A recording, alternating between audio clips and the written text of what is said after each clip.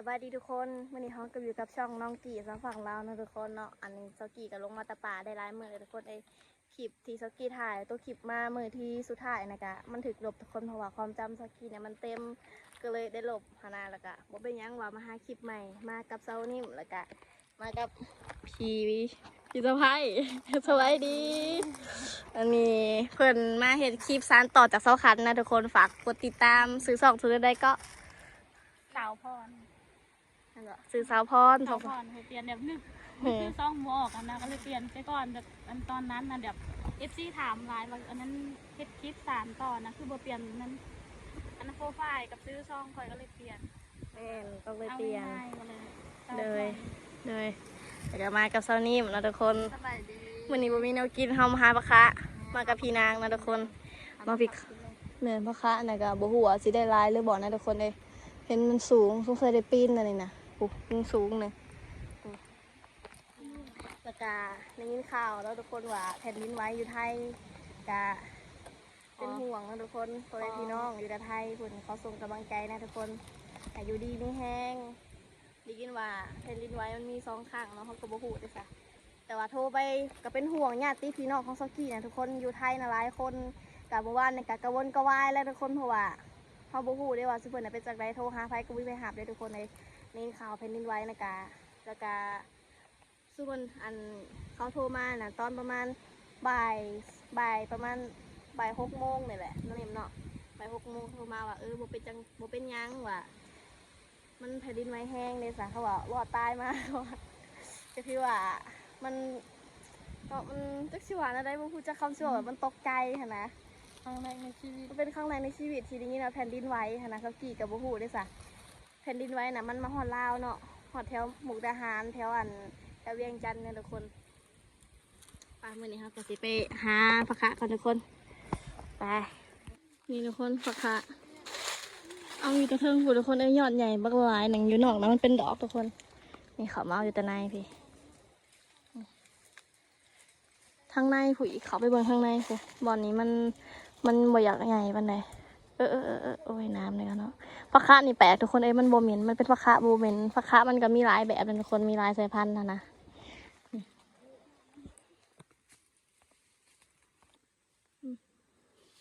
แข็งเลยทุกคนต้องเอาผ้ามาตัดนะเสร็จแล้วล่ะหักเอาแบบนี้มีหอยคนมาเอาเลย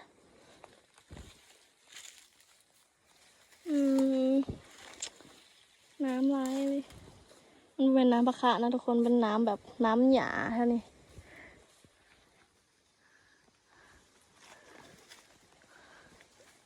โอ้ย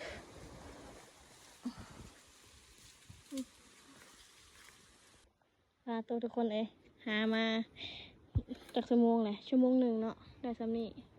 ก็ถือว่าโอเคอยู่ได้ทุกคนแต่ไปเบิ่งแถวนอกก่อนก็หาหลายบ่อนเนาะมันจริงในหลายเดี๋ยวเขามา3 คนตัวนั้นนะเป็นดอกแล้วเนาะตัวอยู่นอกนะสิโอเคอยู่วะแต่ก็ไปเบิ่งกันปะมาทุกคนข่าวออกหากระสังเกตยังอันนี้นะนี่นะยังอันนี้นะมันเป็นกับดักยังทุกคนใครฮู้จักคอมเมนต์มาบอกสกีเนี่ยสกีบ่ฮู้อันนี้นะบ่แม่นกับดักนกนะกับดักเองเนาะอะไรแปลกวะบ่เคยเห็นเด้ไป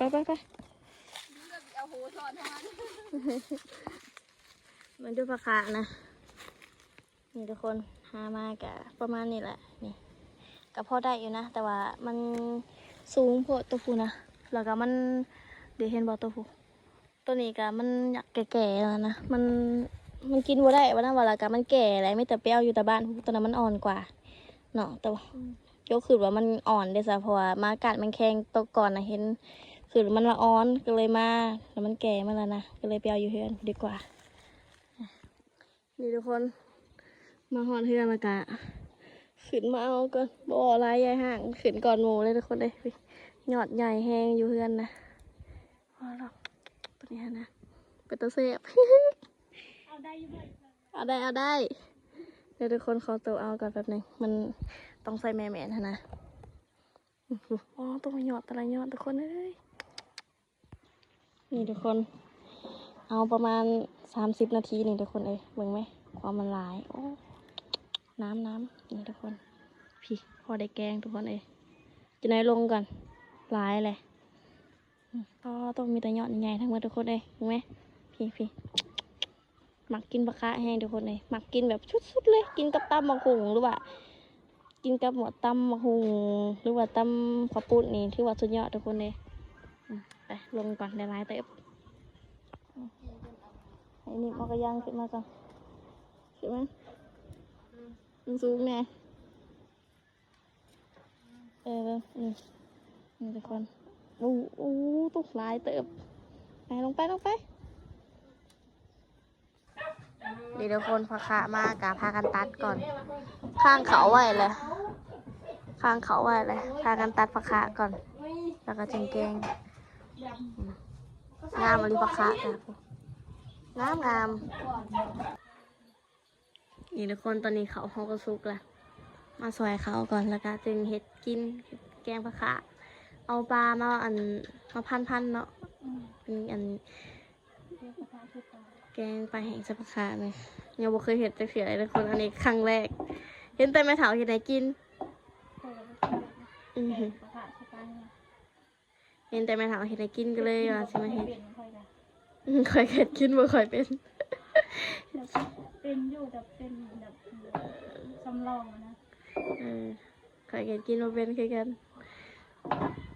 อยู่ไทยก็ซื้อกินไม่ได้กินอยู่ไทยก็ซื้อกินนะบ่จะไปไทยจะเผ็ดงานยังไงร้านอาหารร้านอาหารแต่ว่าแบบคือว่าร้านอาหารแล้วก็เผ็ดกับกินมันไม่คือกันเนาะอยู่บนอะไรนี้ญี่ปุ่นเป็นอะไรอยู่ที่แบบอยู่บ้านเท่ากับแบบบ้านๆนะอยู่ที่แบบผัดกะเพราพวกนั้นต้มยำร้านมาพวกอันนี้เป็นอะไรเจ้านายดูอยู่บ่ดีเจ้านายดีอยู่บ่ดีทุกคนเจ้านายก็ถือว่าโอเคเลยคนเจ้านายดีคัน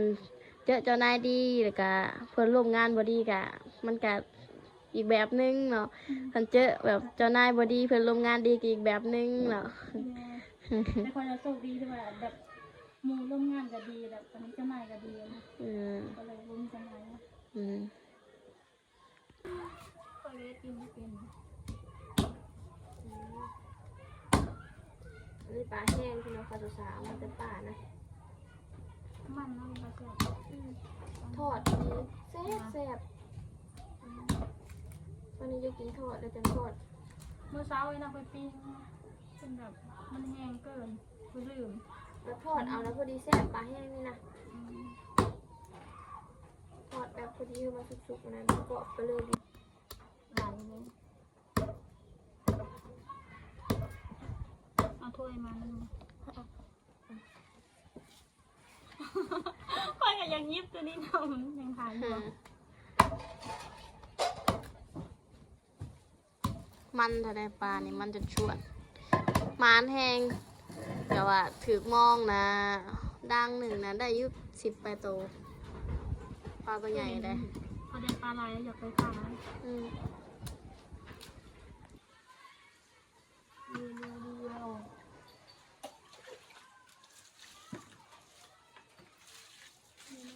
แตงโมตู้เย็นของไผ่ได้เนาะอยากลอยดิ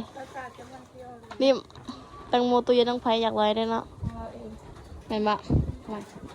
กินนะอยากนี่น้ำน้อยแค่นี้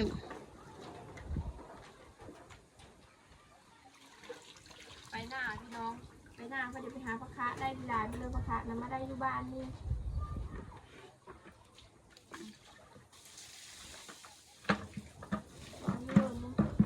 กินกับตำข้าวปุ้นเดียว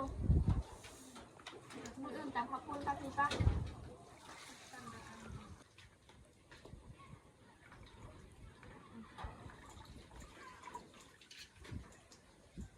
เอาเสื้อเลยทุกคนเสื้อมอเลย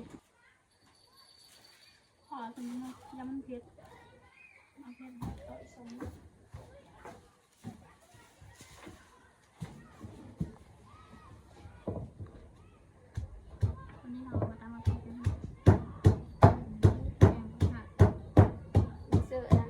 องมากระเด็นใส่ตาเด้อคือกระเด็นสูงแท้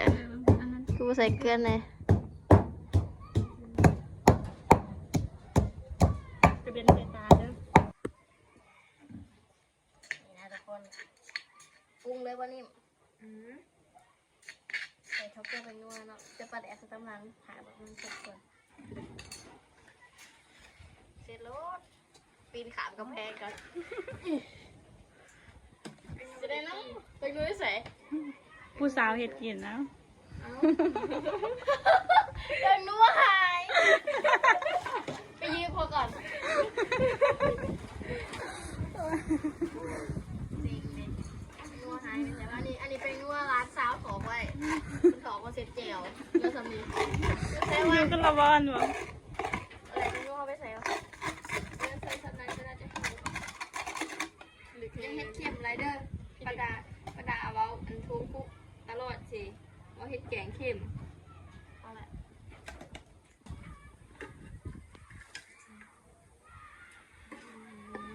นี่ทุกคน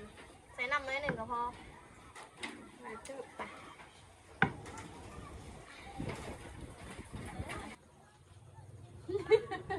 อารมณ์ดีถ้าชอตตี้ได้มันละซุกอยู่บ่เนาะมื้อนี้เนาะจุไผ่เฮาได้เด้อผู้สาว ไปงัวเห็น ผู้สาวเฮ็ดกินแป้งโหนก็มีเห็น โอ้ยกินแจ่วร้ายเจออะไรกินแจ่วร้ายมามือเลยกินแจ่วไป10 เถื่อเลยจะเถื่ออะไรกินแจ่วไปมือนี้นะปลาตัวทุกคน กินหอมช่วยๆเลยทุกคนเอ้ยนี่มันกำลังอันนี้อยู่หาจากข้าวหนึ่งก็น่าจะได้แล้วมั้งอันนี้นะนี่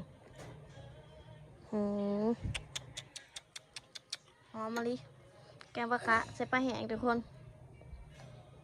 กดปลาตะแสบเลย เหนื่อยคำเลย มันชิมเมื่อยละคำแหละมันจะแบ่งของกินเอาทุกคนเองตอนนี้กระสุกแล้ว แบ่งกันกินเดือนละแต่ว่าพี่แซ่บก็เลยได้แม่มาแกงถึงโหดแล้วกัน แกงเทิงพวกแล้วมันขม มันเปื่อยมันเอาปลาเปื่อย มันก็โอเคอยู่ยังว่าค่ะว่าเวลาก็บ่แซ่บ เฮาก็ทอดปลาเนาะที่เนาะเอาบ่กินเด้อปลาไม่เคยจะมีเนาะปันเดียวอันปลาก็ที่ปันเดียวมาแต่ปลาแล้วคนเฮาแบบไม่ได้เฮ็ดกิน ปลาทุกคนอาหาร มันจะน้ำแซ่บๆมันเลยมีทอดปลาสนิมน้ำแกงบะคะละกายังก็อันนี้แกงเท้าลาบเท้าลาบเท้าลืมสื่อ แล้วกัน หอยหลายเลยคลิปอ้อมีตอนหอยของโปะแล้วตอนหอยนี่จ้ะ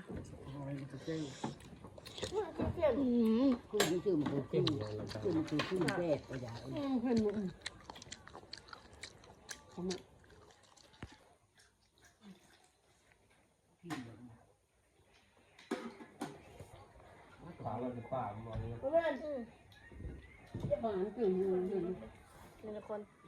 ลาบเท้าแซวหอยแซ่บสุดยอด แล้วว่า สงการ รสจัดทุกคน สงการเลย นี่ทุกคนหลังจากที่พากันกินข้าวกินน้ำแล้วหลักการว่าสิพากันไปอาบน้ำก่อนนะทุกคนเลยไว้เจอกันใหม่คลิปหน้านะทุกคนคลิปนี้ประมาณนี้แล้วทุกคนบ๊ายบาย